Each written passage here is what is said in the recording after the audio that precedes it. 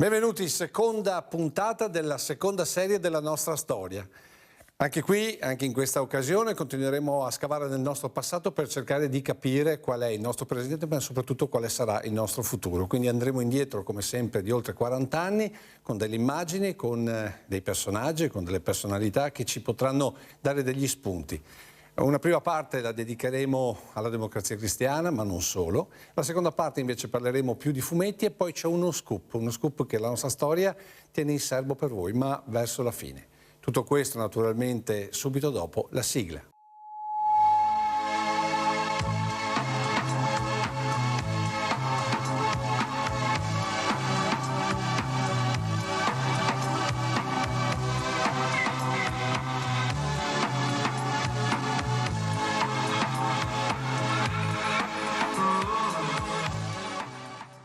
È rientrato in questi giorni da Roma per un breve periodo di vacanza anche il senatore Angelo Pavan, sindaco di paese, neo sottosegretario alla difesa, democristiano, che con il socialista Maurizio Sacconi rappresenta Treviso nel governo Goria. Oggi ne abbiamo approfittato per scambiare qualche battuta con l'uomo di governo democristiano. Che governo è, secondo lei, che ne fa parte? Ritengo che le valutazioni devono essere fatte anche in seguito. Il governo si è presentato con un programma di attività e ha cercato una maggioranza su questo programma. La maggioranza l'ha trovata, non risicchiata, direi abbastanza ampia, e quindi ritengo che non sia un governo a livello che vola basso. Vola in alto o basso secondo la capacità di affrontare e di risolvere i problemi che si è prefisso di risolvere, e in base anche al consenso che su questi singoli atti, negli atti che in seguito dovranno affrontare, troverà maggioranze e appoggi. Le deleghe all'interno del Ministero non sono ancora state distribuite, ma doveroso è accennare con chi dovrà occuparsene della situazione nelle caserme italiane e delle recenti tragedie che hanno coinvolto numerosi militari di leva. Più che all'uomo politico, all'uomo di buon senso, io vorrei chiedere che cosa si può fare per migliorare la vita nelle caserme. Sarei azzardato fare previsioni quali sono i problemi che investono l'intero Ministero della Difesa. Anche perché sono solo alcuni giorni che sono in questo Ministero, stiamo unitamente agli altri colleghi prendendo coscienza di quale è la vasta problematica che investe questo Ministero, fra i quali anche quello dei militari di leva. Io non sarei così drammatico come qualche volta appare nella stampa o sul problema della situazione dei militari. Sempre in ogni situazione, in ogni genere di vita c'è il momento difficile, c'è il momento che crea problemi anche psicologici da parte delle persone stesse. Per alcuni senz'altro un problema psicologico, quello della leva. Ritengo però che non si debba investire l'intera forze armate su un problema particolare di qualcuno, che non può essere lasciato correre a sé stante, deve essere affrontato, deve essere aiutato come per una idonea soluzione, ma non deve nemmeno drammatizzare tutta la vita militare. Senatore, un'ultima domanda che ho già posto al suo collega trevigiano Sacconi. Non è che l'attività di governo possa allontanare in qualche modo l'uomo politico dal contatto con il proprio collegio di elezione, creando quindi un distacco con gli elettori? Ma io vengo da un'esperienza già di ministero di un anno a questa parte. Certo che il lavoro ministeriale impegna più del lavoro parlamentare, però ho cercato di conciliare l'esigenza, mi sono prefissato e credo in qualche modo di esserci anche riuscito di aver continuato a mantenere i rapporti con la mia gente, con i miei elettori, ma direi anche con le istituzioni locali, che tramite queste si collega e si mantiene con l'elettorato. Detto questo, il senatore Pavan ha ripreso il suo lavoro di sindaco di paese. Uomo di governo sì, ma il proprio comune non si può davvero dimenticare. Il senatore Angelo Pavan nel 1987 e il senatore Angelo Pavan nel 2022. Benvenuto. Senatore, eccoci qua. sono qua anch'io.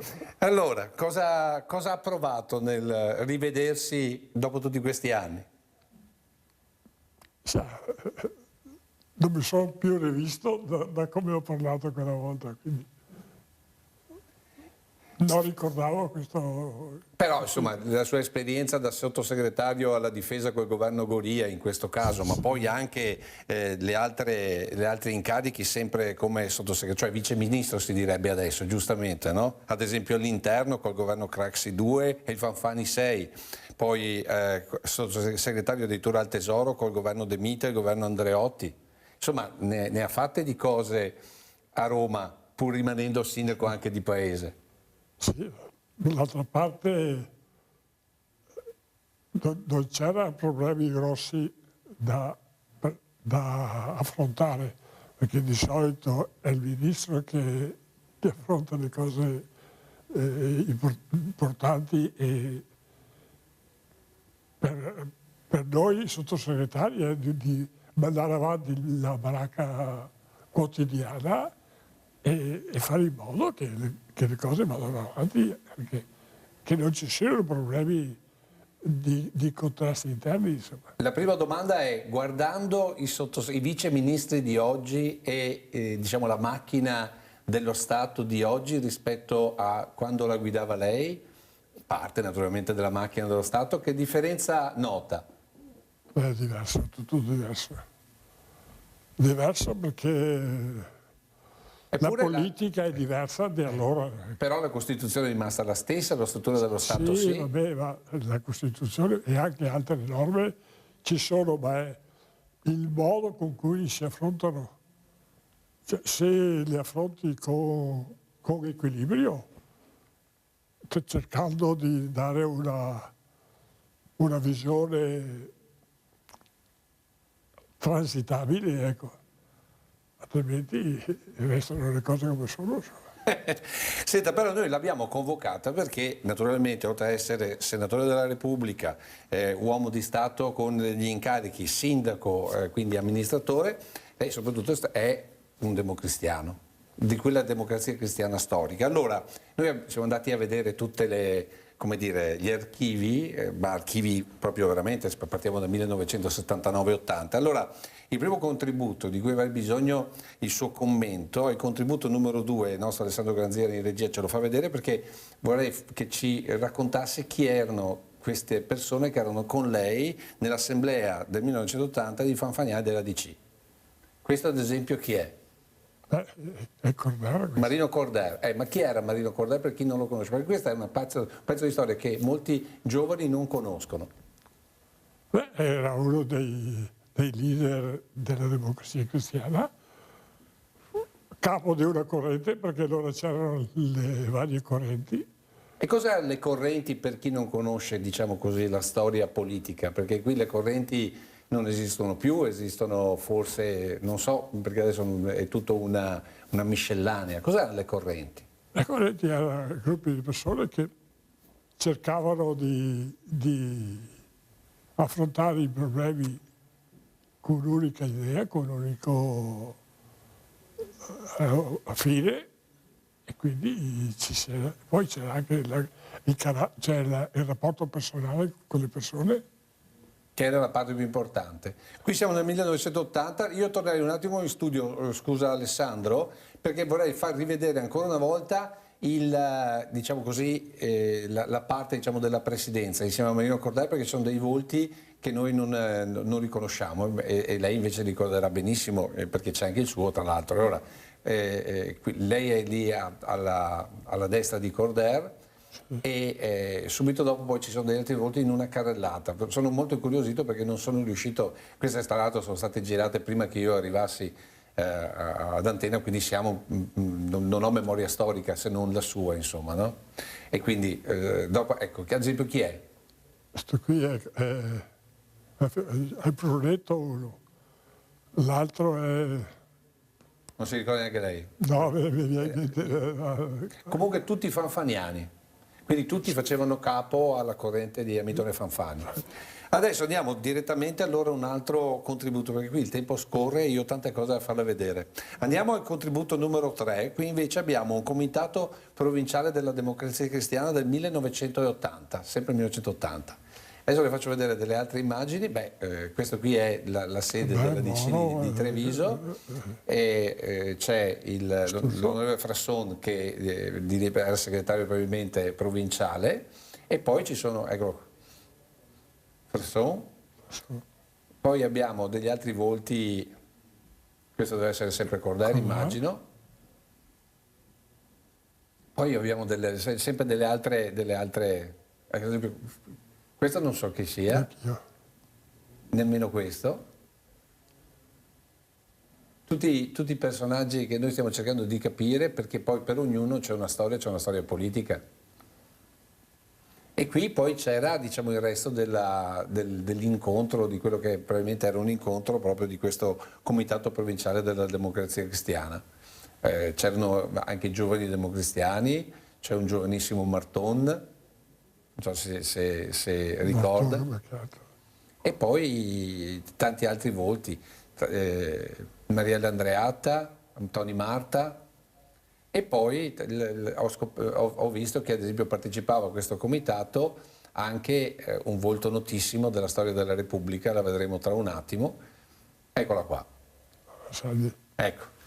Ci può raccontare un po' di Tina Anselmi, lei che l'ha frequentata non solo, diciamo così, nei nostri territori, ma l'ha frequentata anche a Roma.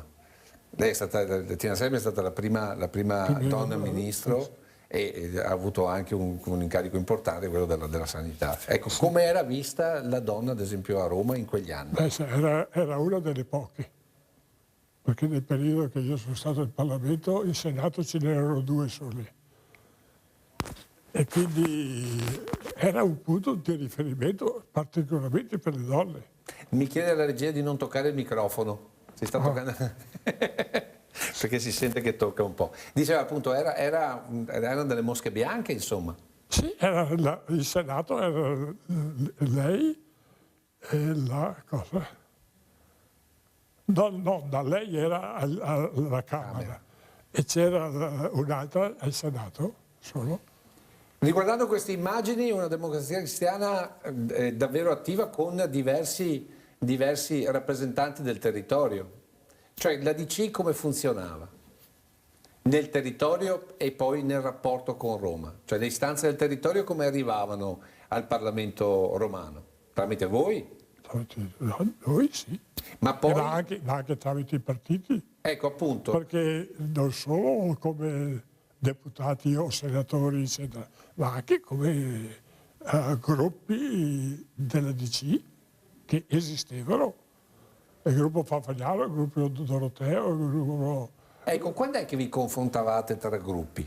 Cioè tra correnti? Perché poi c'era il confronto, la storia racconta di alcuni confronti feroci tra le varie correnti.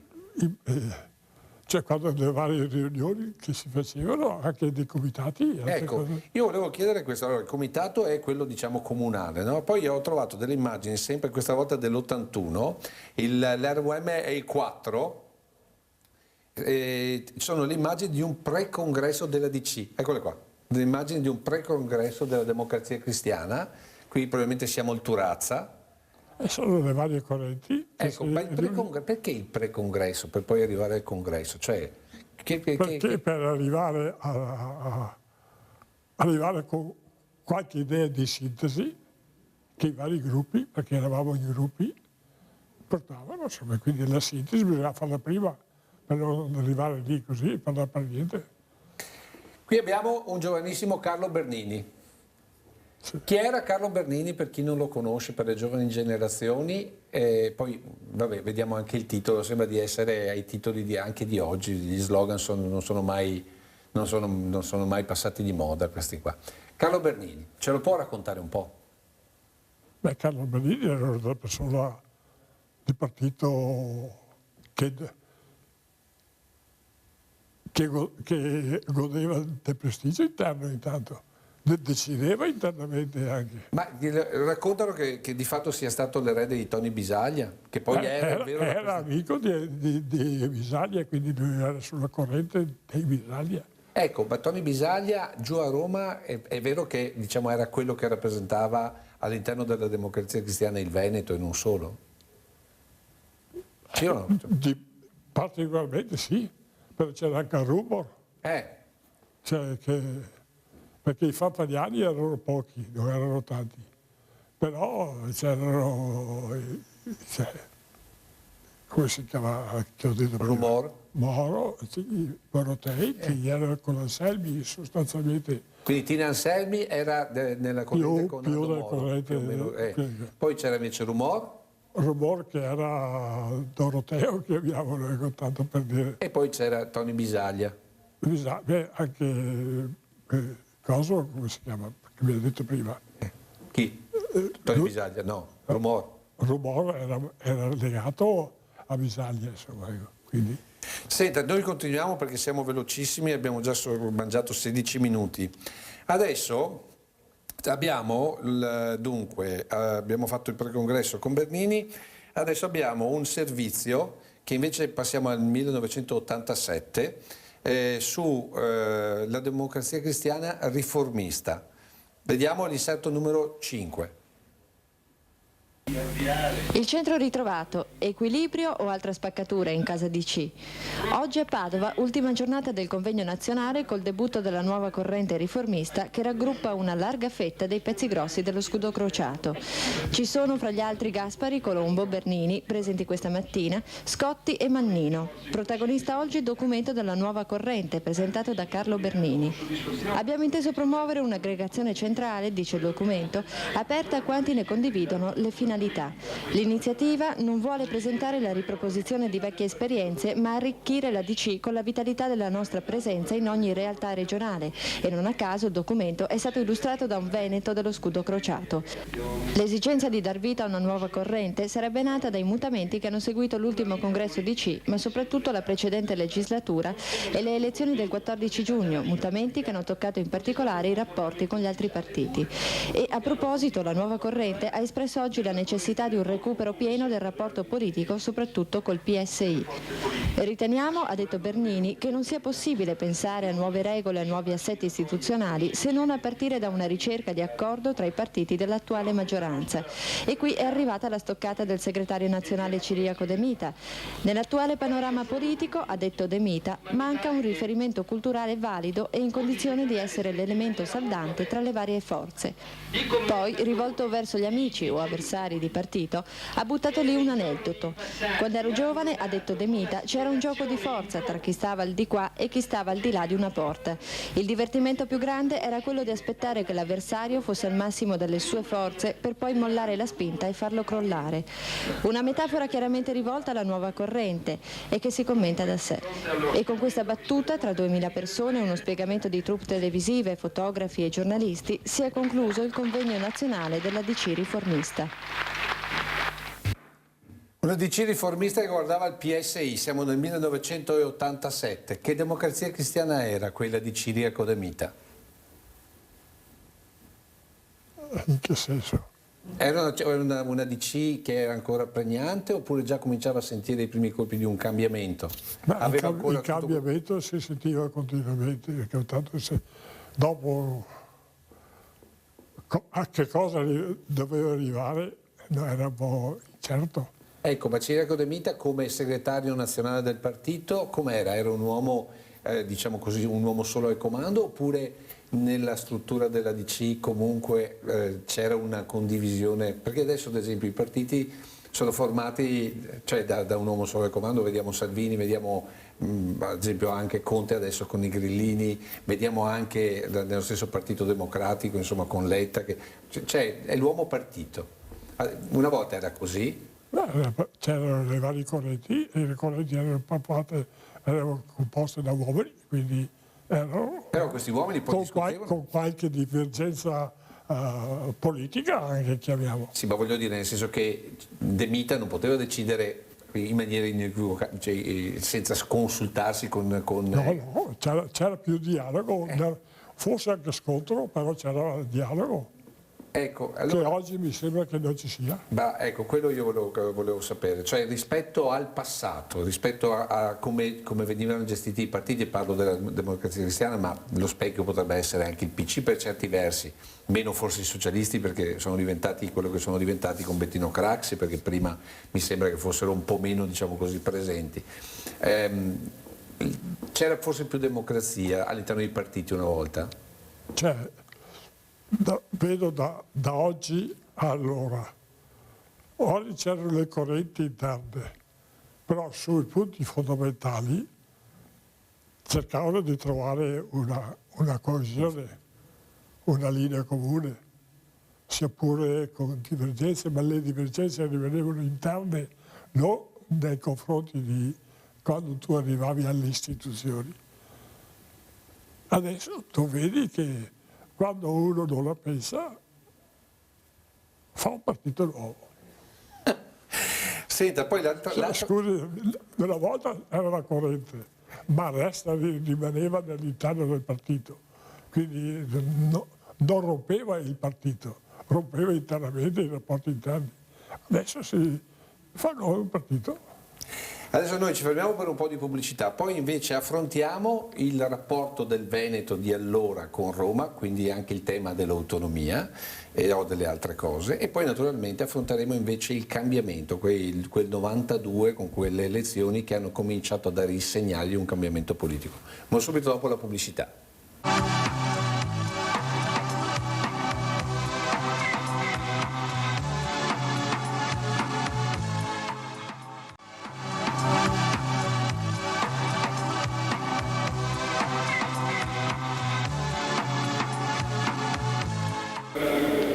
I comuni italiani e veneti l'avevano detto a chiare lettere anche al Presidente del Consiglio Craxi, intervenuto in ottobre a Padova all'Assemblea nazionale della loro associazione, l'ANCI.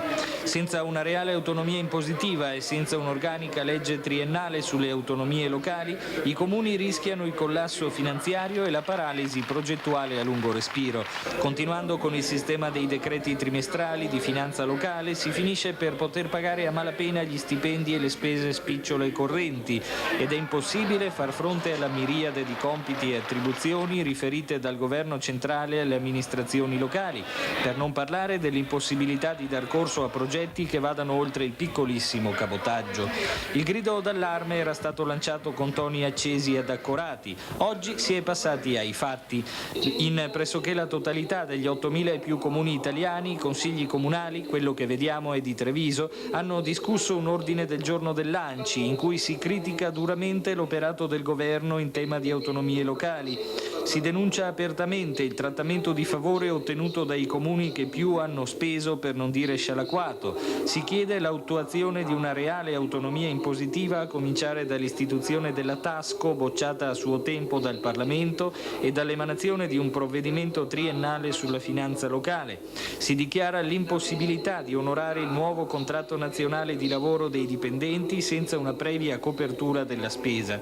Insomma, i comuni sono scesi sul piede di guerra e l'11 febbraio i loro sindaci, compreso quello di Treviso, saranno a Roma per una grande manifestazione di protesta.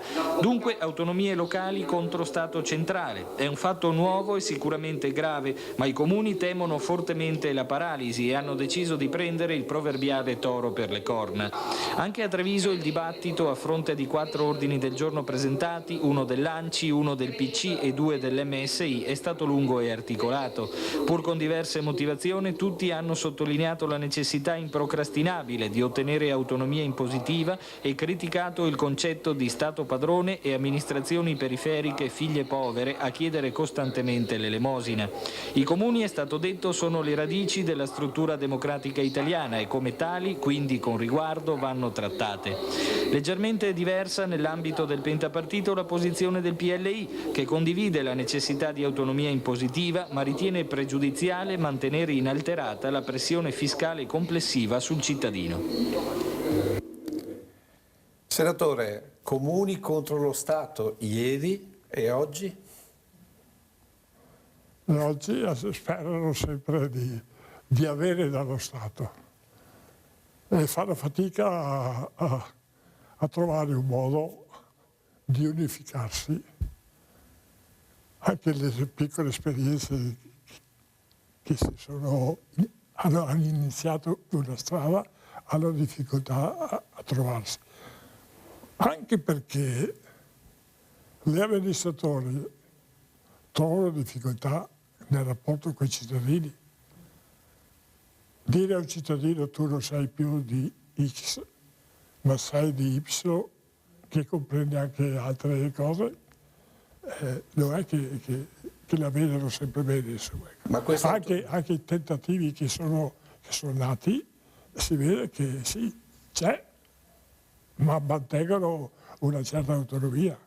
Ecco appunto, ma qui adesso il Veneto parla molto di autonomia, adesso col ministro Calderoli qualche passo in avanti sembra che venga fatto, la vedo un po' scettica.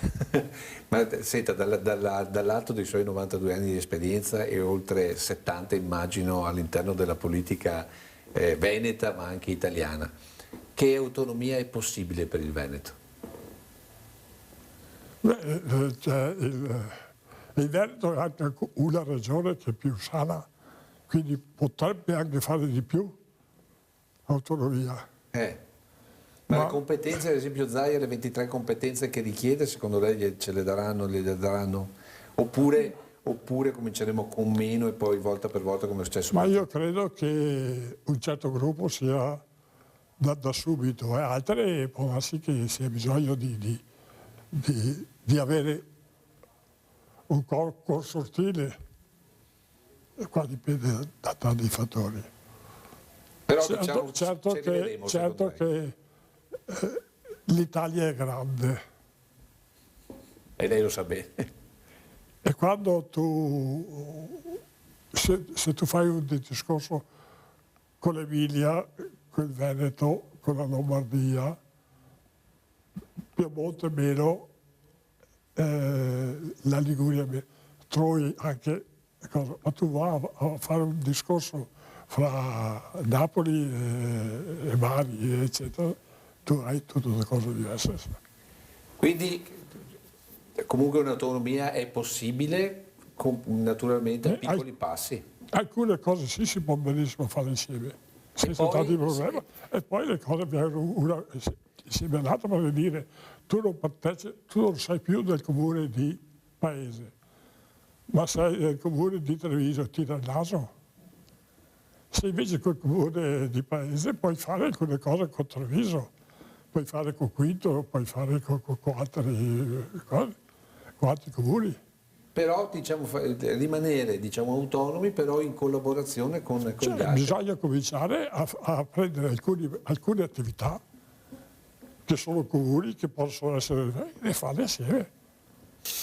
Adesso a proposito di comune, volevo farle vedere un'immagine, giusto per parlare anche un attimo del comune di paese. Però andiamo nel 1983, perché nel comune di paese nel 1983 c'erano diverse aziende, ma ce n'era una in particolare che adesso non c'è più ed è cambiato completamente l'orizzonte. L'inserto Alessandro Ganziera Solerte, sempre nella nostra regia, è lo 08 e facciamo vedere questa fabbrica qua. Non so se la ricorda, la Puppina.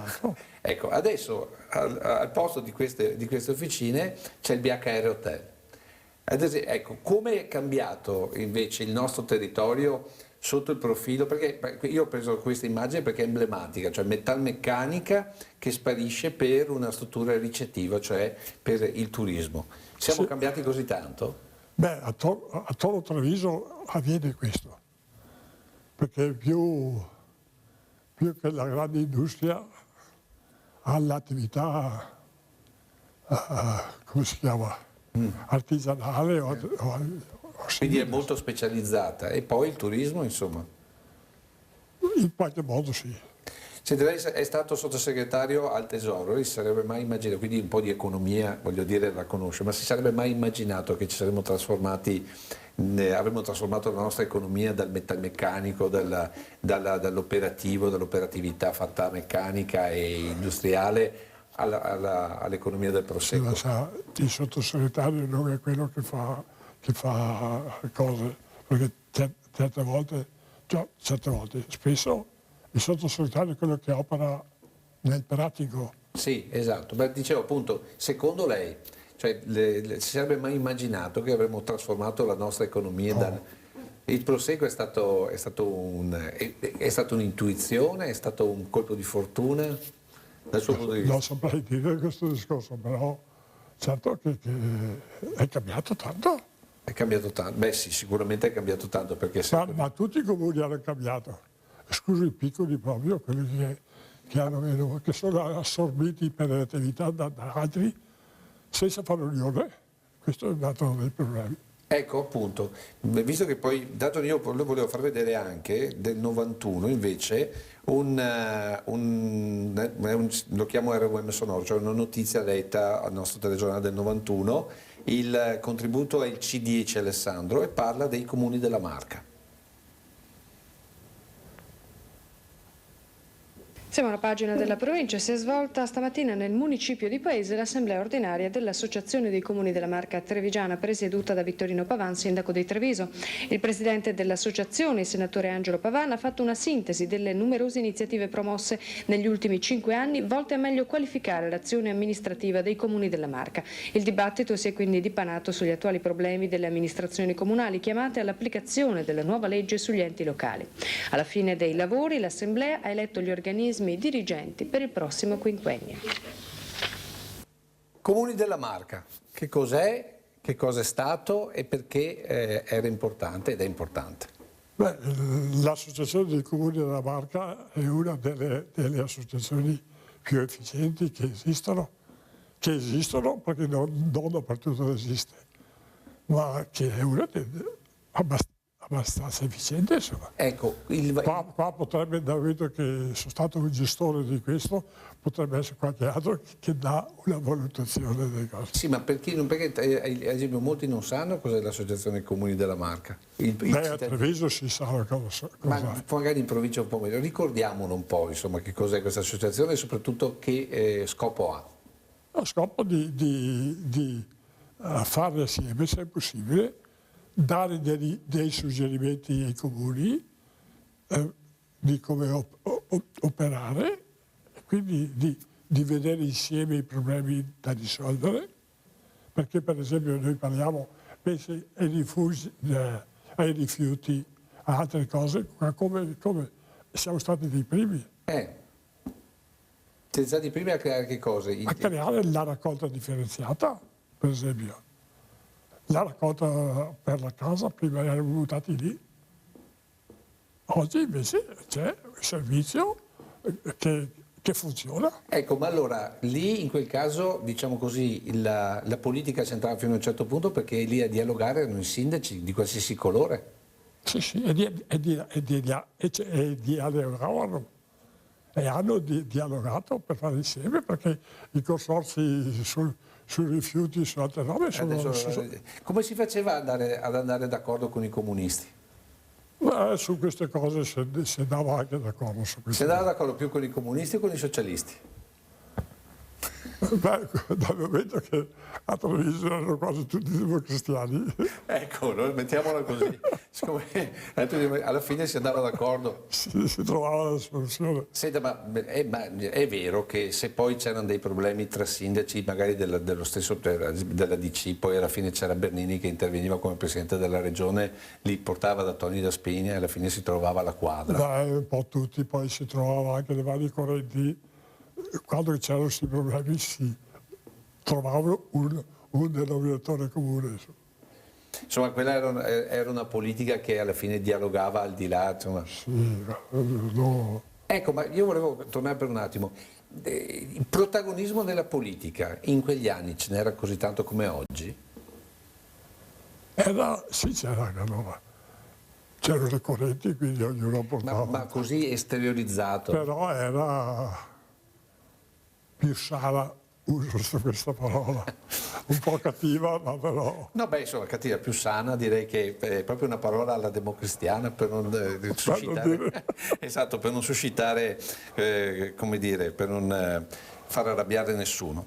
Allora, adesso invece, non ci arriveremo alla fine perché abbiamo già bruciato molto tempo, però sono 1000 argomenti e dovrà tornare con noi a parlare.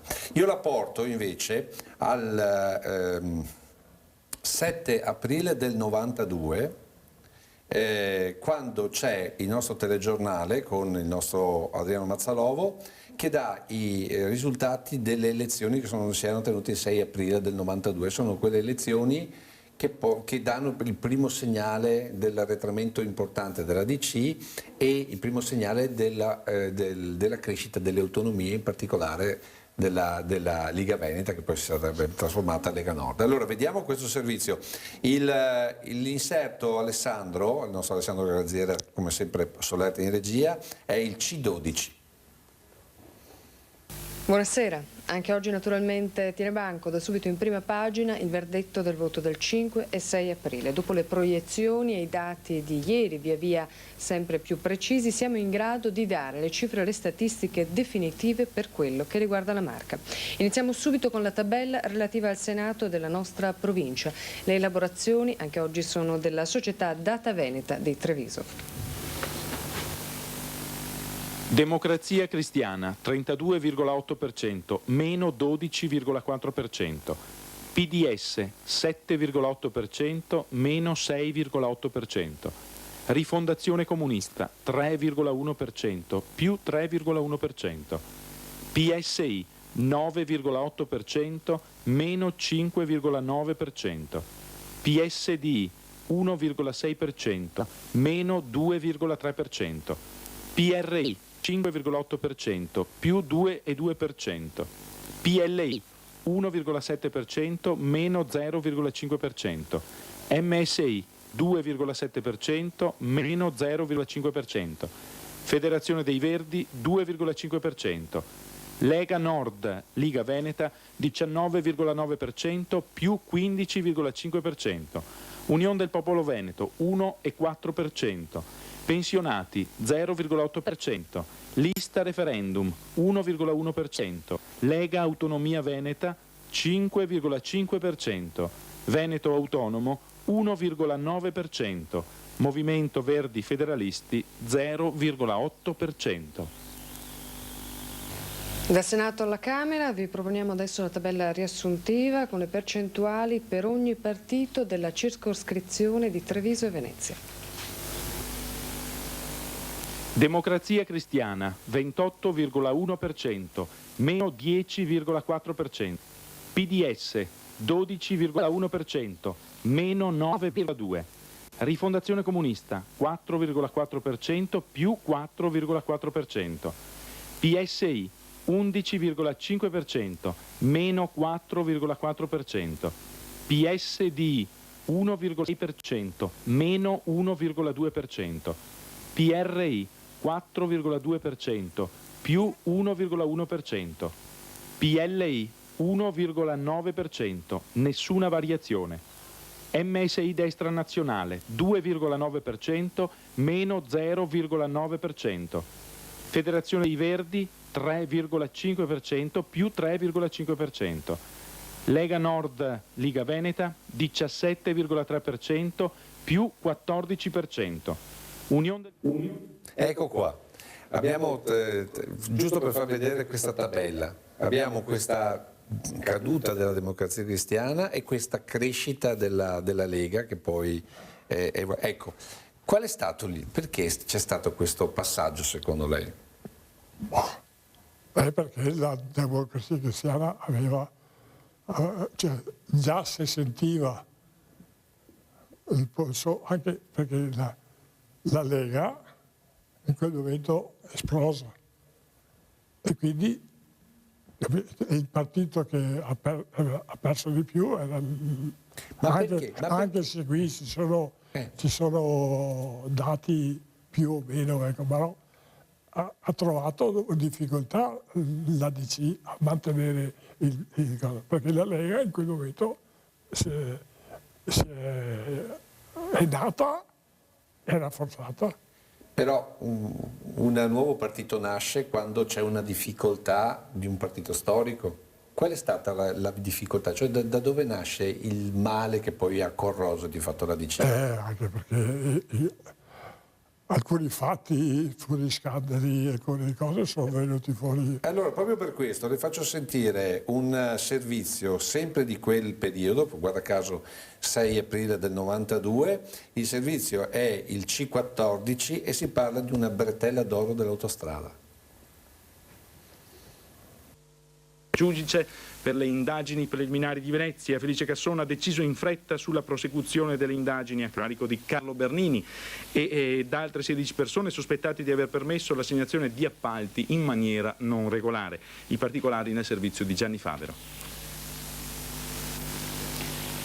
Puntuale come aveva promesso, il giudice per le indagini preliminari di Venezia, Felice Casson, ha atteso la chiusura dei seggi per esprimersi sul futuro dell'istruttoria che vede tra i 17 indagati, per una questione di presunte irregolarità nell'assegnazione di appalti per opere pubbliche, anche il ministro dei trasporti Carlo Bernini. E lo ha fatto raffreddando, come è possibile intuire nonostante la compostezza del comunicato ufficiale emesso subito dopo, l'ottimismo che i legali avevano dimostrato appena qualche giorno fa. In sintesi, Casson ha dichiarato inammissibile la richiesta di immediato proscioglimento per Bernini, ha accordato al pubblico ministero Salvarani altri 6 mesi di tempo per continuare ad indagare e, per concludere, ha negato il passaggio dei fascicoli al Tribunale dei Ministri, l'unico, secondo quanto affermato dallo stesso leader Doroteo, di fronte al quale si sarebbe eventualmente presentato personalmente. In compenso, ed è su questo punto che gli avvocati Giuseppe Consolo e Antonio Pognici si soffermano oggi con soddisfazione, Felice Casson ha riconosciuto la nullità di tutte le informazioni di garanzia inviate agli indagati, in quanto prive di data ed altre indicazioni precise sui luoghi in cui sarebbero stati consumati i presunti illeciti. Un vizio formale, quindi, che vanifica gli avvisi ufficiali ma che comunque non pregiudica, spiega il GIP, la correttezza dell'iter processuale, perché fino ad oggi nessun atto al quale i legali hanno normalmente il diritto di assistere è stato compiuto nei confronti degli interessati. Per quanto riguarda il solo Bernini, in ogni caso, i difensori, nelle ultime righe del breve dispaccio, pur ribadendo di non aver nulla da temere, precisano di voler valutare la vicenda d'ora innanzi nelle sedi proprie. La storia ci ha raccontato poi che l'ex presidente, l'ex ministro Carlo Bernini ha patteggiato la pena per quelle bretelle d'oro, di fatto assumendosi una colpa che magari forse non era, perché poi nella storia per chiudere, esatto, ma questo naturalmente politicamente parlando gli è costato molto, perché poi è di fatto uscito di scena. Ecco, è stato questo forse, cioè sono stati queste, come potremmo dire, questi fatti che poi hanno minato alla base la DC? Anche questo, ma non solo questo, l'elettore aveva cambiato la mentalità. E quindi non era perché vedo quello e quello e rimane. Cioè, vedeva che poteva fare anche diversamente. Insomma. Quindi è il partito che non si è adeguato all'elettore, non ha capito che stava cambiando l'aria? E sono cambiati anche i cittadini. Sono cambiati anche i cittadini. C'è da vedere e da valutare le cose. Ecco, però diciamo così, questa democrazia cristiana che si stava involvendo dava comunque cioè manteneva alcuni suoi capisaldi. Tanto è vero che adesso noi vediamo il servizio successivo, sempre di quei giorni lì, perché nasce tutto da lì, praticamente la discesa anche della DC Veneta e quant'altro. Abbiamo il contributo numero 16, Alessandro, che è un altro servizio in cui si parla di chi poi, da quelle elezioni di cui abbiamo visto i dati, è stato eletto e chi invece no. Il servizio è il C16, vediamolo insieme. Finora sono soltanto 5 i politici trevigiani riconfermati in Parlamento. Anche nel Veneto, infatti, molte vittime illustri e molta aria nuova, non si sa ancora quanto rinfrescante. Al Senato si è riconfermato il senatore Angelo Pavan, sebbene ultimo tra gli eletti. Certo non brillante neppure il risultato del ministro Carlo Bernini, che si è comunque guadagnato il suo primo ingresso a Palazzo Madama. Sempre al Senato siederanno 2 volti nuovi targati Lega Nord. Si tratta di Valentino Perin di Vittorio Veneto e di Antonio Serena di Cornuda, oggi al Fiere del Federalismo dopo una militanza nelle file del Movimento Sociale. Al Senato anche Pierluigi Ronzani, eletto nel collegio di Conegliano nelle liste di Lega Autonomia Veneta. Per lui un recente distacco dal Partito Socialista. Il sesto senatore trevigiano dovrebbe essere Luciano Benetton. Manca l'ufficialità e servono nuovi conteggi per quella che sarebbe una vittoria per qualche centesimo di percentuale sul candidato di Padova. 4 i democristiani a conquistare il seggio di deputato.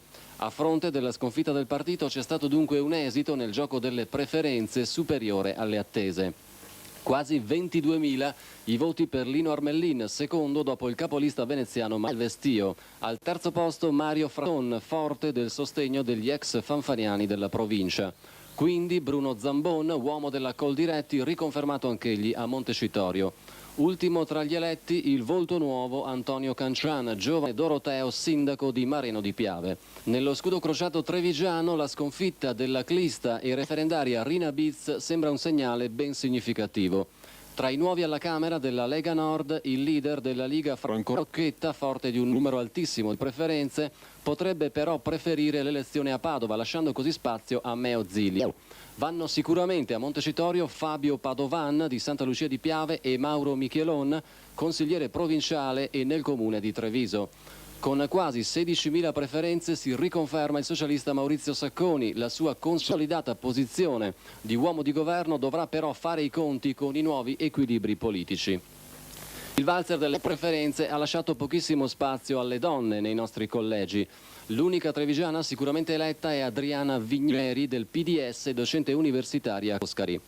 Il gioco del quoziente nazionale tiene ancora in ballo la repubblicana Rossella Borsato, consigliere comunale nel capoluogo. Tra vincitori e vinti bisogna ricordare alcune vittime eccellenti, soprattutto la DC Tina Anselmi e ancora il socialista Siro Zanella, il PDSino Renato Donazzon. Il gioco dei resti e dei recuperi può comunque far continuare a sperare qualcuno degli esclusi. 92, Tina Anselmi, quella donna di cui abbiamo parlato all'inizio, non viene riconfermata, viene riconfermato lei. Perché? Perché sono diminuiti i parlamentari e quindi qualcuno... C'è chi dice però perché gli era stato assegnato un collegio non sicuro. Quindi che diciamo che all'interno... Anche quello ha influito qualcosa.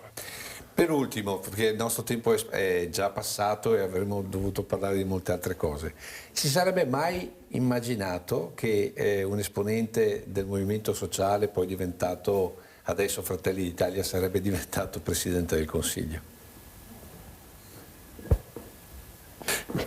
Allora non immaginavo nemmeno cosa, almeno io, come sarebbero andate le cose, perché è un po' difficile.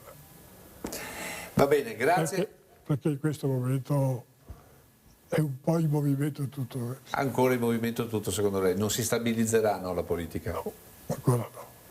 Grazie al senatore Angelo Pavan. Adesso noi ci fermiamo per una pausa pubblicitaria. Seconda parte incontreremo dei cartoni animati, anzi una mostra di cartoni animati e di cartoni con diciamo chi l'ha inventata qui a Treviso e non solo. E poi c'è lo scoop che abbiamo in serbo per voi. Dopo la pubblicità.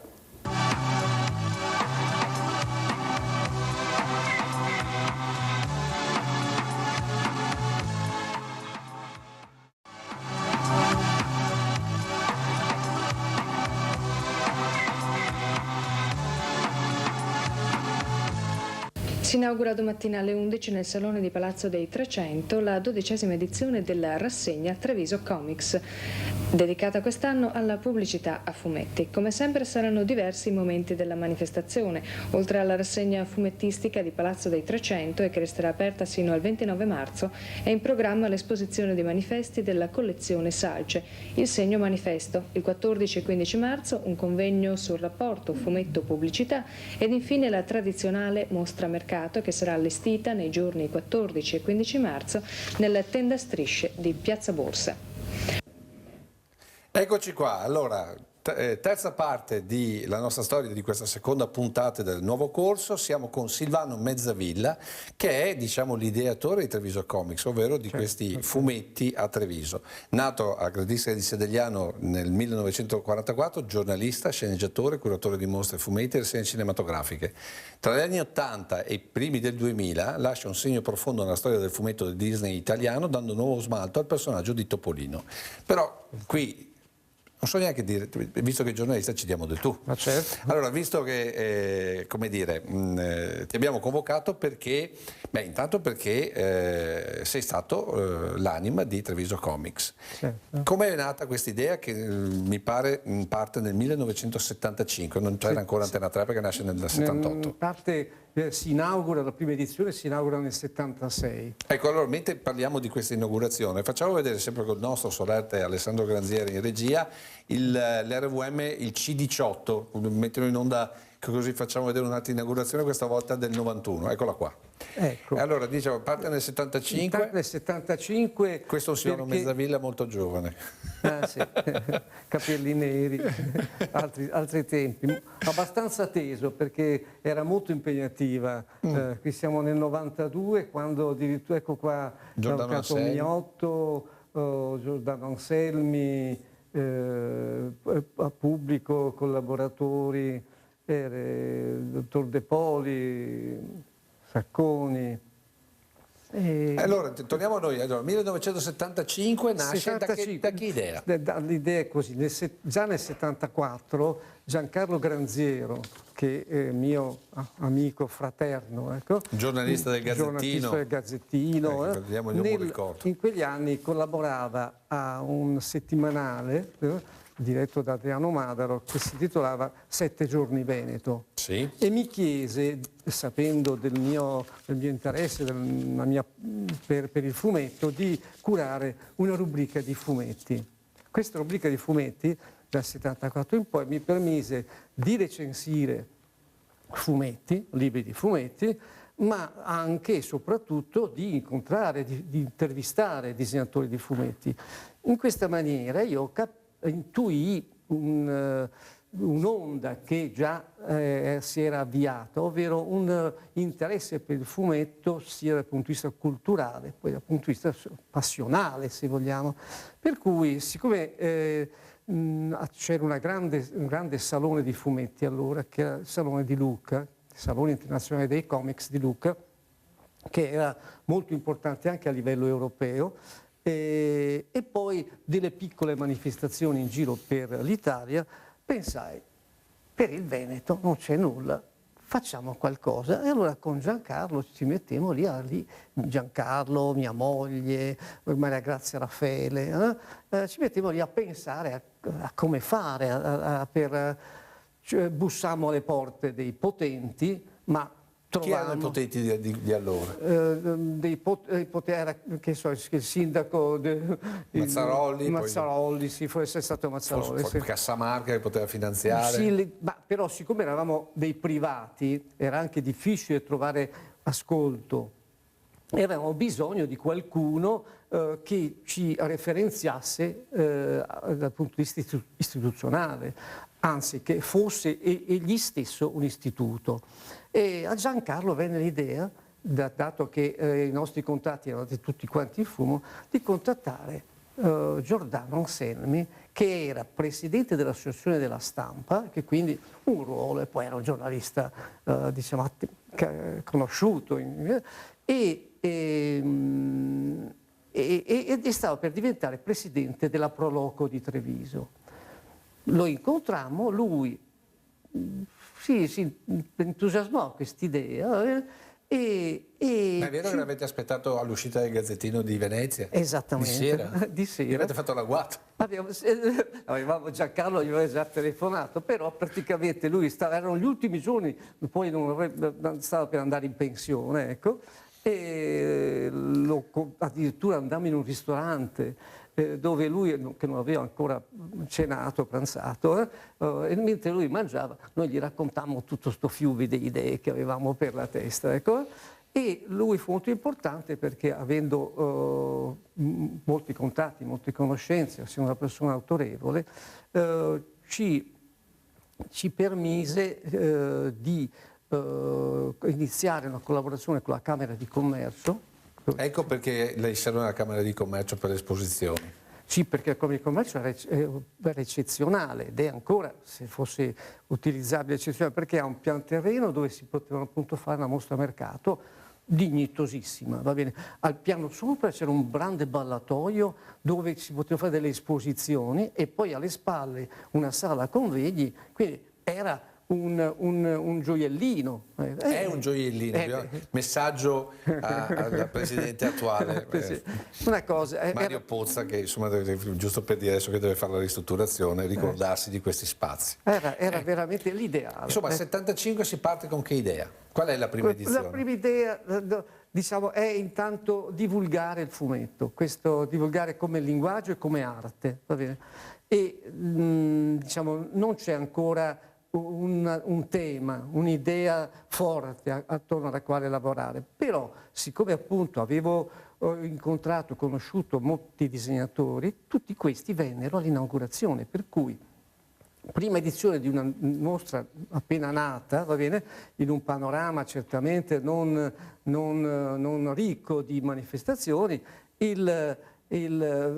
abbiamo avuto la presenza di Dino Battaglia, Sergio Toppi, Altan, Renato Calligaro.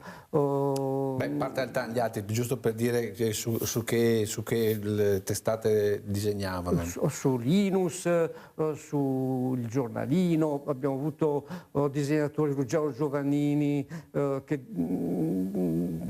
vennero da Roma, addirittura gli pagammo l'aereo a Giovannini, a Gianni De Luca e a Guido Buzzelli, un grande maestro, ecco, e quindi ci siamo trovati con una massa di numeri uno, certo, è stato giornate, poi siamo stati anche avvantaggiati da 2 giornate di sole, splendido. Ecco, e così insomma la prima edizione.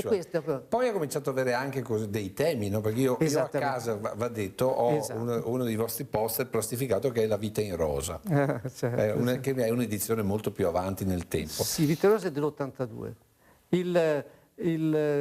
L'idea che mi venne fu quella di caratterizzare la mostra mostrando al pubblico e alla critica che il fumetto era un'arte meticcia, che mette assieme disegni e testo. Da questa fusione esce questa cosa originaria, che appunto è il fumetto, che era capace di raccontare, di descrivere qualsiasi cosa. Fermo là, adesso io la fermo, torniamo in studio. Alessandro, grazie. Intanto vi stiamo vedendo sempre queste immagini dell'esposizione del 91 che poi ricommenteremo, però bisognava spiegare cosa era questa cosa. La fermo qua perché appunto il fumetto come veicolo di messaggio, ma di pensiero, di critica, se vogliamo anche di satira. Certamente. Ecco, allora proprio per questo facciamo un salto in avanti nella scaletta, Alessandro, perché voglio farle vedere, c'entra relativamente poco, anzi praticamente per niente, con Treviso Comics, un servizio dedicato a un fumetto satirico a Treviso, ed è un vero e proprio libretto dove si viene a raccontare un caso. Il caso lo racconto velocemente io, il caso dei furti in biblioteca nell'87, sono stati dei furti di materiale prezioso, che poi crearono tutta una serie di scompiglio all'interno dell'amministrazione, perché non c'era un controllo nella biblioteca, ci furono degli altri controlli, perché poi erano proprio anche pergamene, cioè non cose da poco, perché non molti sanno che la biblioteca di Treviso è molto ben fornita e soprattutto molto ricca. Ecco, in quel furto lì poi il caso lo svilupperemo in un'altra puntata. Di quella storia lì ci fu un disegnatore che fece un libercolo interessante, curioso, satirico. Il servizio che dovrebbe essere pronto è proprio questo dedicato al caso biblioteca del 20 maggio dell'87, il telegiornale. Vediamo.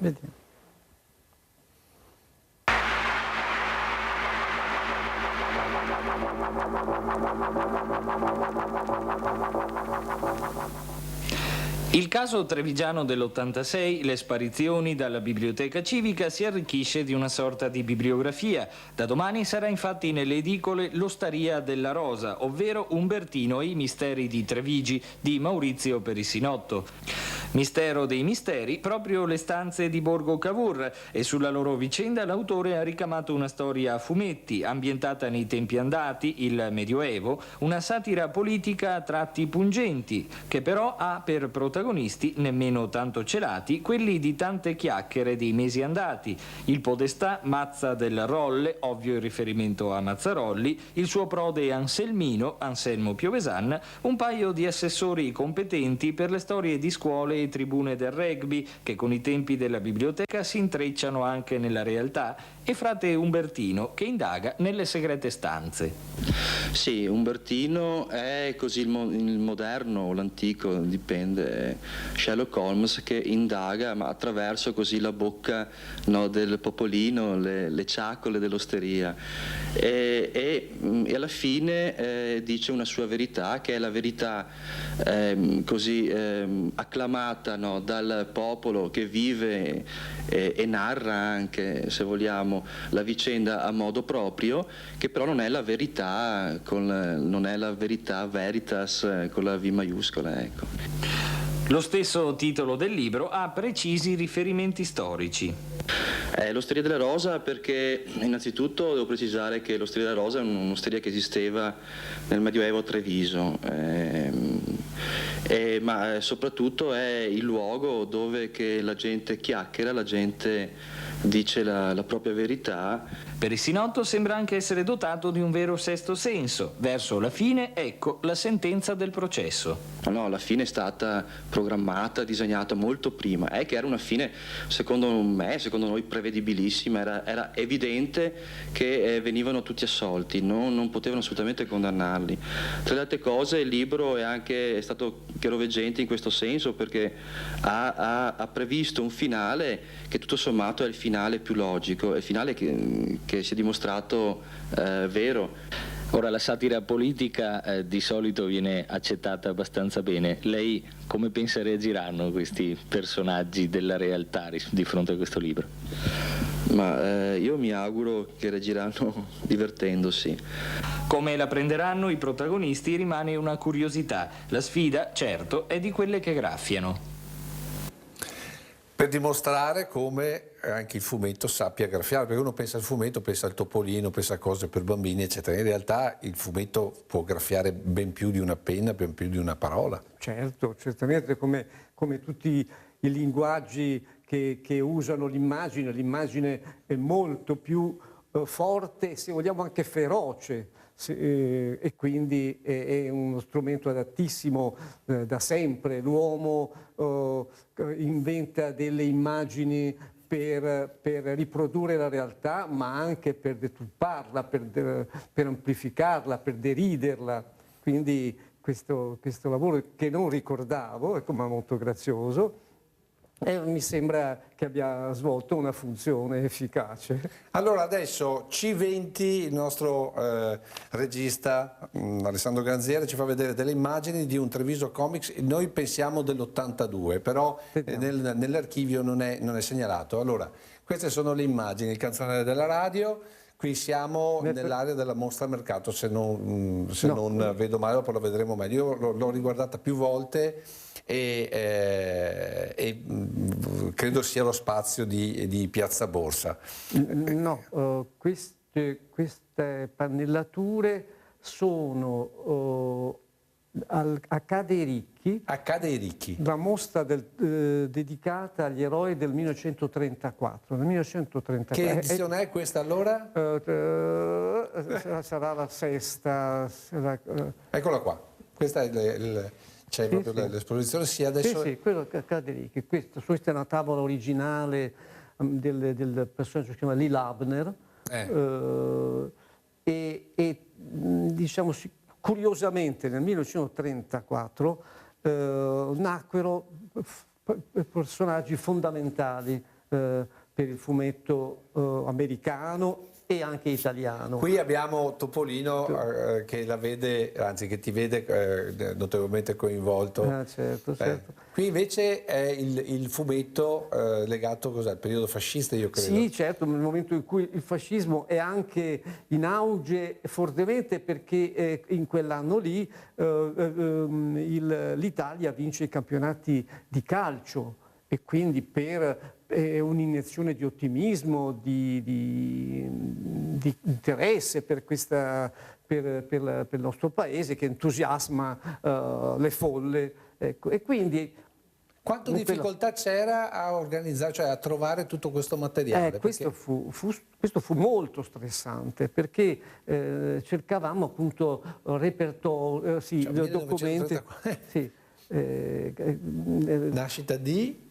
E adesso vediamo che... Per dire, cioè c'era Flash Gordon. Flash Gordon, un mitico personaggio, nacque appunto nel 1934 e quindi lo celebriamo, ma anche celebriamo tutto quello che avveniva in Italia, una certa pubblicità, un certo stile grafico, ed è per questo che noi affiancammo al fumetto anche immagini prese da quotidiani dell'epoca, della pubblicità e soprattutto manifesti della raccolta Salce.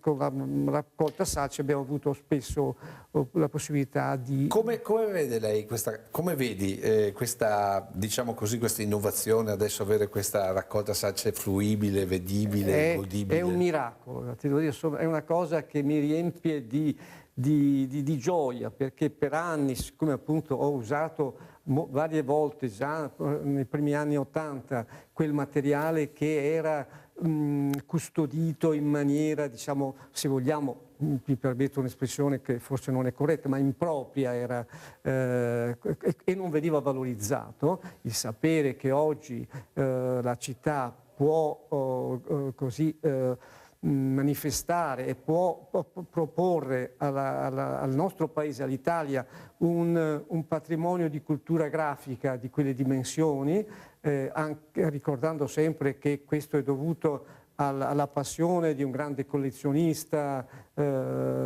appunto. Anche lì tutto sommato Salce. Con Dudovic quelli sono fumetti, perché sono disegni. Fanno sempre parte, se vogliamo, di quella imagerie popolare che intanto vediamo il C22, Alessandro, così gli facciamo commentare in velocità, perché siamo già andati velocissimi, troppo veloci per i nostri contributi. C22, altro Treviso Comics, qui invece siamo veramente al Palazzo della Borsa e qui siamo, secondo il nostro archivio, 1988. Dicevamo appunto il fumetto, però anche la pubblicità e anche quindi Dudovic e gli altri, sono fumettisti? Sono, se vogliamo, potrebbero essere, anzi vanno indicati come pittori, illustratori, ma proprio anche pittori, ma anche il disegnatore di fumetti, se può avere un altro côté, oltre a illustrare fumetti, può essere pittore. Di solito i grandi disegnatori di fumetti hanno delle cifre stilistiche che competono benissimo con i grandi pittori. Ecco. Hanno una capacità di sintesi. Siamo già arrivati alla fine del terzo blocco. La domanda è, velocissima anche la risposta, il fumetto ha ancora una sua collocazione in un mondo digitale dove di fatto il disegno lo fa il computer, basta mettersi lì con qualsiasi programma, puoi fare non solo fumetto ma puoi fare addirittura animazione? Rispondo così, sono reduce dalla fiera dei più liberi. Oggi l'editoria italiana si regge sul fumetto. È una notizia. Questa è una cosa, ovvero su un fumetto in gran parte sul fumetto giapponese, che però ha dei propri codici linguistici particolari, un proprio modo di raccontare, e poi sui cosiddetti graphic novel, che sono uno sviluppo ulteriore del fumetto. Il fumetto una volta era ai tempi dell'inizio di questa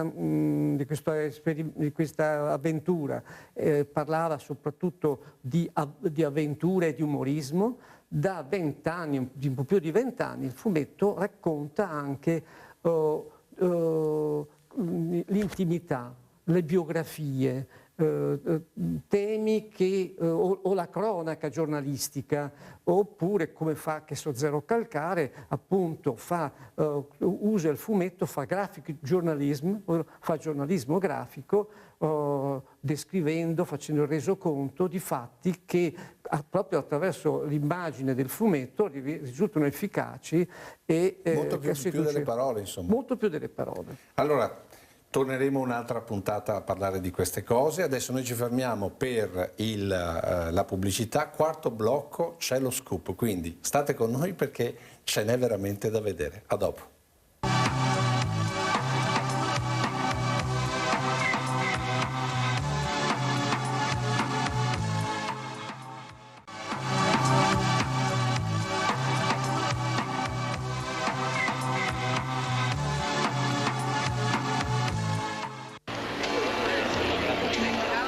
Guarda a Giancarla un altro paro di scarpe nuove. E anche la borsa se no. Ma chi sarà che te paga?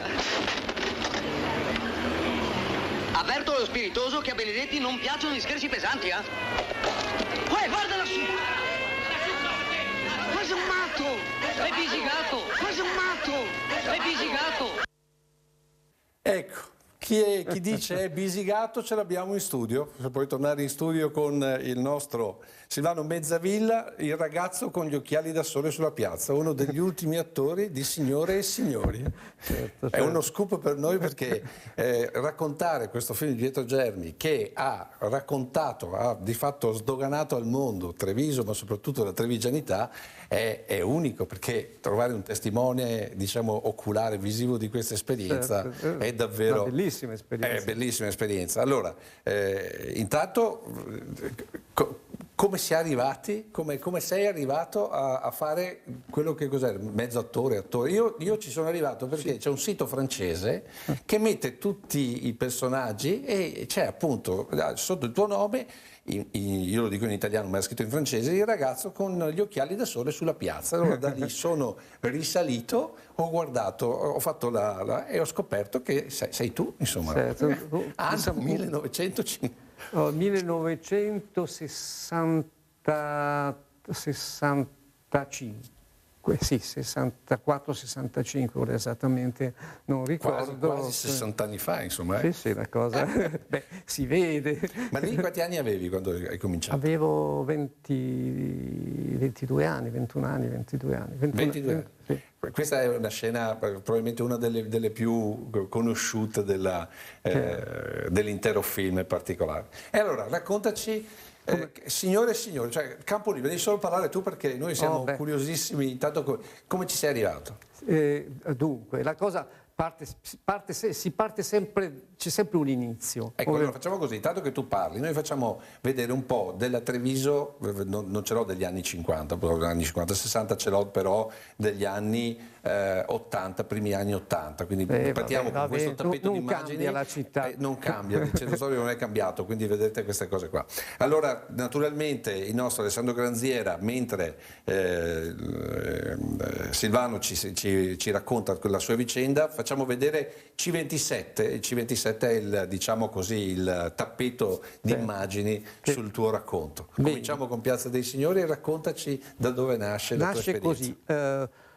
Gianmaria Ferretto, giornalista e scrittore poi, va bene, mio compagno di prima media, con il quale condividevo anche la passione per il cinema e per la scrittura, era stato arruolato come assistente alla regia del film Signore e Signori da questa troupe che stava arrivando. Va bene?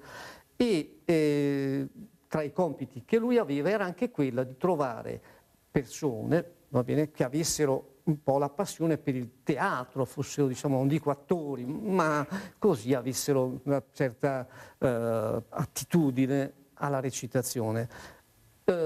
Gianmaria, il sottoscritto, Paolo Trevisi, Laura D'Apporto, Andrea D'Apporto e altri amici avevamo recitato un anno prima assieme una commedia scritta da un nostro amico, più grande di noi, Giambattista Mussetto, che aveva scritto una commedia di tipo ioneschiano, se vogliamo, che è surreale, dal titolo I Pons Gorlò. Cioè, che vorrebbe dire? Era una parola assurda attorno al quale si sviluppava tutta una situazione altrettanto assurda. Scusa un secondo, C24 adesso Alessandro, grazie. Quindi quando gli chiesero cerca delle persone che sanno un po', che amano questa cosa, lui si rivolse a noi, ai suoi amici, diciamo, e quindi tra questi amici c'ero anch'io e venni convocato all'Hotel Baglioni, che era un albergo anche prestigioso, che era davanti all'attuale Coin, all'angolo, c'era questo Hotel Baglioni che era... Pensavo al Continental, io dire la verità. No, ma allora era molto più diciamo, raffinato, era più centrale questo Hotel Baglioni, e lì incontrammo Francesco Massaro, che era oggi regista, ma allora era l'aiuto regista di Germi. E ci spiegò, e questo impegno durò 4-5 giorni, non ricordo esattamente, ma fu veramente una cosa che lascia un segno, anche se vogliamo, in tutti noi, e penso anche nella città. Perché questa nella città è tuttora, cioè io sono andato a vedere le proiezioni del restaurato, anche quest'estate l'hanno riproposto in Piazza dei Signori, addirittura con il proiettore, quello originale, ancora con i carboni, eccetera, e c'è sempre lo stesso effetto, cioè noi siamo questo qui, noi siamo questo film. C'è un'identificazione tra platea e schermo. Io sono stato in giro per il mondo, sono entrato in alcuni bar, mi viene in mente uno a Miami, e dentro questo bar, che era gestito da italiani, c'era una scena di Signore e Signori, una delle tante fotografie di scena. Però volevo capire che intanto il tuo ruolo qual era? Perché era un ruolo che allora veniva definito generico, va bene, che non era comparsa, infatti mi si vede in primo piano molte volte, diciamo delle battute, questo dal punto di vista sindacale, tanto che eravamo pagati anche abbastanza bene per dei ragazzi di 20-21 anni, 25, quindi fu... Comunque genetico, tu potevi, ti avevano insegnato le battute, dovevi dire c'era un copione, cosa... No, il copione non c'era. Metteva, cioè... No, i vestiti li mettevamo noi, quel vestito principe di Galles che indosso è mio, come diciamo lavorare, girare un film allora soprattutto in provincia ti assicurava la casa di produzione sicuramente dei risparmi, perché noi non conoscevamo i prezzi sindacali, che erano il doppio di quello che ci diedero, ma non aveva nessuna importanza. No, assolutamente nessuna importanza. Per il resto, allora, un'altra cosa, quanto è stata coinvolta la città e quanto la città realmente sapeva della sceneggiatura, perché la storia racconta che la prima non è stata fatta a Treviso per paura di avere delle ritorsioni, e la fecero mi pare a Padova. Tra l'altro nel film si vede che le targhe delle macchine raramente sono targate Treviso, sono targate cose strane. Sono targate RZ. Che voleva dire, almeno da quello che si diceva, le targhe, quelle di cui si vedono intenzionalmente i numeri e la tabella, era RZ perché, si diceva, Reggio Zagabria.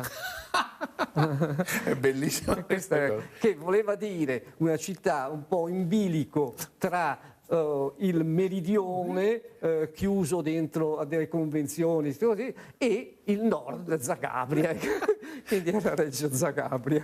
Ecco, poi altra cosa c'entra in tutto questo Gianmaria Ferretto? Perché Gianmaria Ferretto viene ricordato in Signore e Signori come quello che ha dato per certi versi un po' di ispirazione anche alla sceneggiatura di Vincenzoni.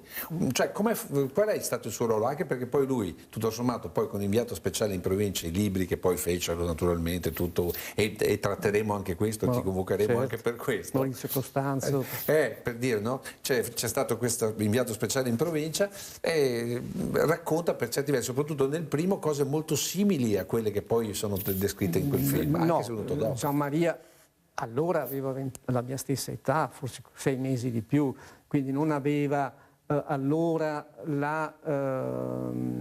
l'esperienza per narrare un corpus così ampio, va bene.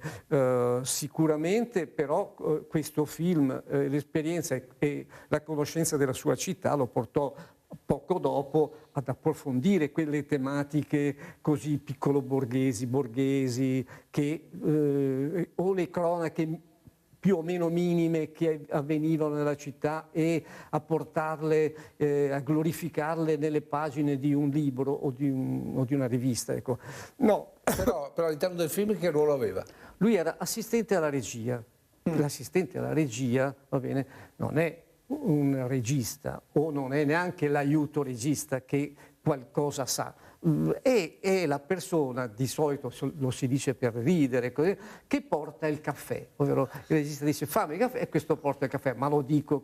Diciamo, il suo ruolo però fu importante appunto perché mise in contatto la produzione che veniva da lontano, va bene, anche se c'era diciamo, la mediazione di Vincenzoni, che era diciamo trevigiano d'adozione, tutte le cose che ha raccontato, va bene, lei aveva saputo perché ogni tanto veniva a Treviso e aveva i suoi amici. Quindi sono tutte storie vere? Tutte storie Confermi vere. che sono tutte storie vere? Cribbio, famoso, sapevamo anche a chi si riferiva. Ma allora è vera anche quella storia che c'è uno degli aneddoti che prevede alla fine anche un giudizio in tribunale, certo. E che i veri protagonisti telefonavano per sapere come andava a finire il film, perché così potevano forse influenzare Certo. Diciamo, è un film che forse uno dei capolavori con Divorzio all'italiana di Germi, quello che è pervaso anche da certa tristezza, se vogliamo, perché questi personaggi sono personaggi fragili, sono personaggi criticabilissimi, o tutti quanti, non c'è nessuno che non abbia una colpa, chi è senza peccato scagli la prima pietra. Qua tutti quanti meritavano pietrate. Ecco. Allora aspetta, ti fermo un attimo perché a questo punto andiamo a vederci un altro inserto, quindi torniamo in studio per favore Alessandro, grazie. Allora l'inserto sonoro io l'ho chiamato Bisigato 2, perché il Bisigato 1 era prima, quando il ragionier Bisigato si lancia che anche lì quella è proprio la scena, l'apoteosi del film. Però c'è un Bisigato 2 dove ti si vede. E allora rivediamo quel pezzo di scena e poi rivediamo dove ci sei. Il RVM sonoro, quindi il C27, grazie Alessandro, vediamolo insieme.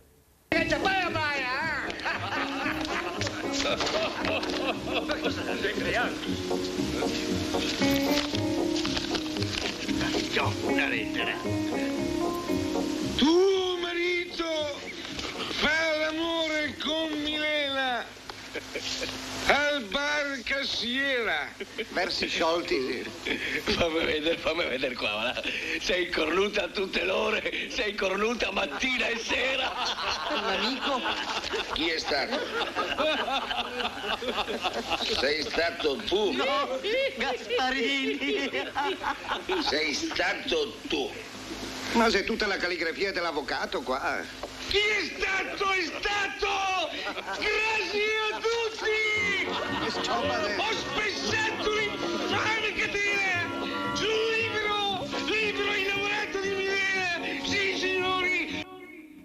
Eccolo là, un'altra scena in cui ci sei, qui, sì. Anche questa bellissima come scena. E qui si tratta come dire, dell'amante, della fuga, del tentativo di uscire da una situazione. Bellissimo. Sì, lui è, diciamo, riconosce e rende grazie, se vogliamo, agli autori della lettera anonima. Allora si raccontava a Treviso che di lettere anonime fosse piena la posta di Treviso, ovvero gli scambi di lettere anonime, magari sapendo perfettamente chi era il mittente, ne venivano mandate a bizzeffe. Ecco. Non c'erano ancora i WhatsApp, insomma. Certo. E la scena è carina perché lui va dai suoi amici e da quel gruppo che diciamo possiamo indicare come la borghesia dominante anche in città, perché c'è il medico, l'imprenditore, l'avvocato, c'è la bella gente e penso che nell'intenzione del regista ci fosse anche questo, ovvero che noi, che siamo dietro, siamo la nouvelle vague, siamo coloro che sostituiranno queste. Sarà proprio una simbologia vera. Sì, perché poi quando lui si allontana da lì e imbocca il Calmaggiore verso il Duomo, ecco, noi lo seguiamo facendogli il verso. Eccolo qua. Guarda, hai anticipato perché l'altro RVM che adesso sonoro ci vediamo è il C28 e qui c'è una scena dove ti si vede perfettamente, altra scena in cui appunto c'è, e ci dirai dove è stata girata, perché sono posti che non sono tanto cambiati. Allora, C28, Bisigatto 3.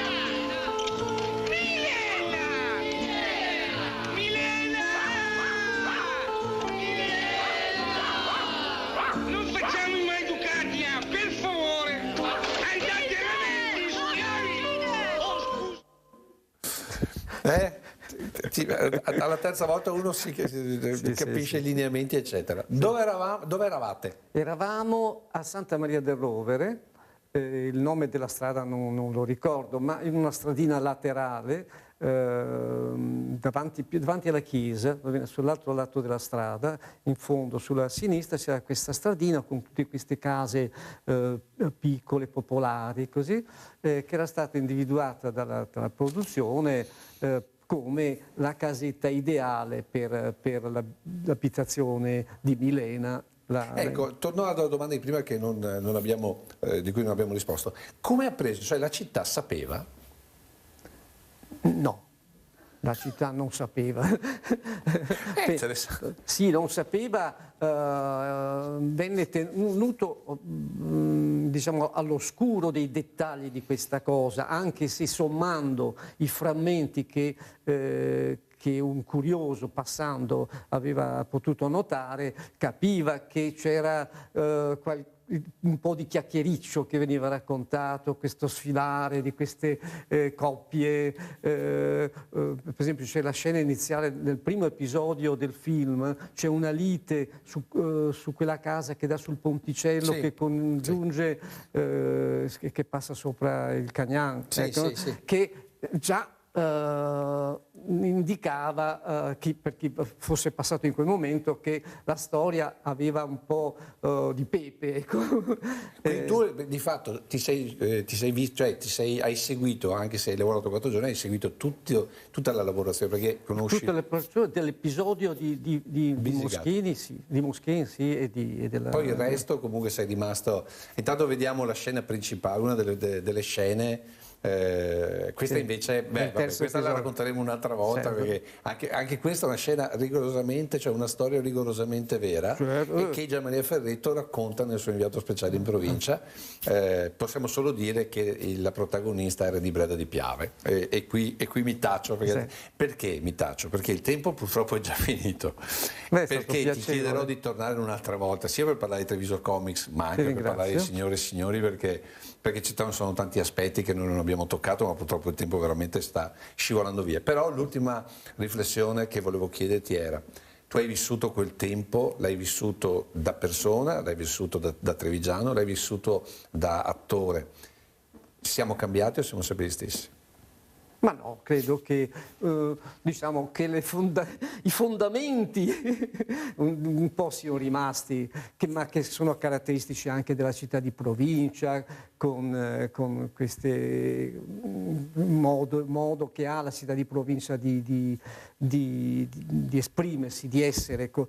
Però molte cose sono cambiate, i giovani girano un po' di più il mondo, ma diciamo un'abitudine a tornare su vecchie tradizioni che è anche piacevole, lo stare in piazza a chiacchierare, questi salotti che ancora ci sono e che sono rappresentati soprattutto da bar, ristoranti, piazze, Piazza Pola dove la gente ancora si incontra. Sì, ma le storie, poi gli scambi, le cose. Questo non lo so, questo non lo sappiamo. Probabilmente sì. Ma probabilmente sì, perché c'è anche intervenuta proprio da quegli anni là il boom economico, la ricchezza, per cui certi toni si sono anche amplificati in alcuni aspetti. Ecco. Quindi credo che diciamo, la tradizione venga mantenuta, ma un po' di modernità abbia cambiato anche i rapporti e la curiosità, diciamo. Grazie a Silvano Mezzavilla, adesso Grazie noi chiudiamo qui questa puntata, purtroppo il tempo è scivolato via, tornerei a trovarci per raccontarci ancora di Signore e Signori e di Treviso Comics, perché abbiamo raccontato veramente poco. 40 minuti sembrano tantissimi, in realtà scivolano via. Grazie a tutti voi per l'attenzione e arrivederci alla prossima puntata.